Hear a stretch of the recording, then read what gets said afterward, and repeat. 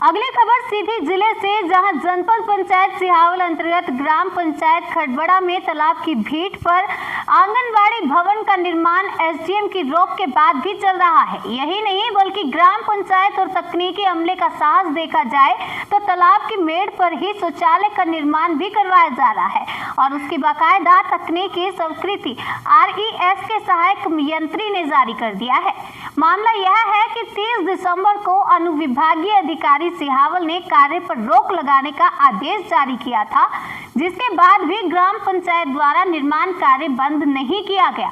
उपयंत्री ने मूल्यांकन और सहायक यंत्री ने सत्यापन भी कर दिया, जबकि तालाब नदी को माननीय उच्चतम न्यायालय ने जीवित प्राणी का दर्जा दिया है और इसके क्षेत्र में निर्माण को दंडनीय माना है।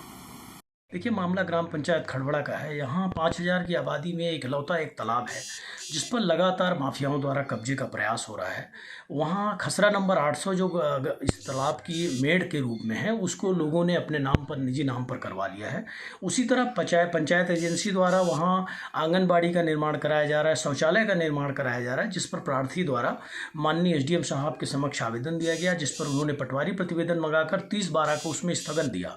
30/12/2020 को स्थगन के बाद भी वहाँ लगातार पंचायत एजेंसी और पंचायत के कर्मचारियों द्वारा कार्य किया गया और स्थिति ये है कि अब वहीं पानी टंकी का निर्माण चालू कर दिया गया है।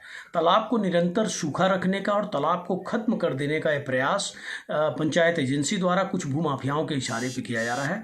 ग्राम रोजगार सहायक शिवेंद्र सिंह के पिता के नाम पर इस तालाब की मेड़ पहले से ही अवैधानिक तरीके से चढ़ा दी गई है और अब इन बिल्डिंगों का निर्माण करके तालाब को पूरी तरह खत्म कर देने का ये जो प्रयास चल रहा है, अवैधानिक प्रयास चल रहा है।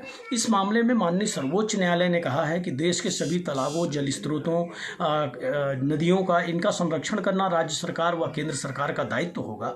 इस मामले में हमने साइटेशन के साथ माननीय अनुविभागीय अधिकारी राजस्व के समक्ष मामला प्रस्तुत किया है और हमें उम्मीद है कि इसमें जल्द ही कार्रवाई होगी। आज स्थगन के बाद भी काम जो चल रहा था उसमें पुलिस थाना अमिलिया द्वारा पटवारी के रिपोर्ट के आधार पर कुछ गाड़ियों को, ट्रैक्टर को, 5 ट्रैक्टर और एक JCB सहित कुछ ट्रक भी, इन सभी गाड़ियों को शायद जब्ती बनाने की कार्रवाई की गई है और हमें आगे भी न्याय की उम्मीद है कि इस तालाब को ही नहीं, हम जिले के कई तालाबों को अतिक्रमण मुक्त बनाएंगे और जिस तरह से इन राष्ट्रीय संपदाओं को किल करने का प्रयास किया जा रहा है उसकी रक्षा करेंगे।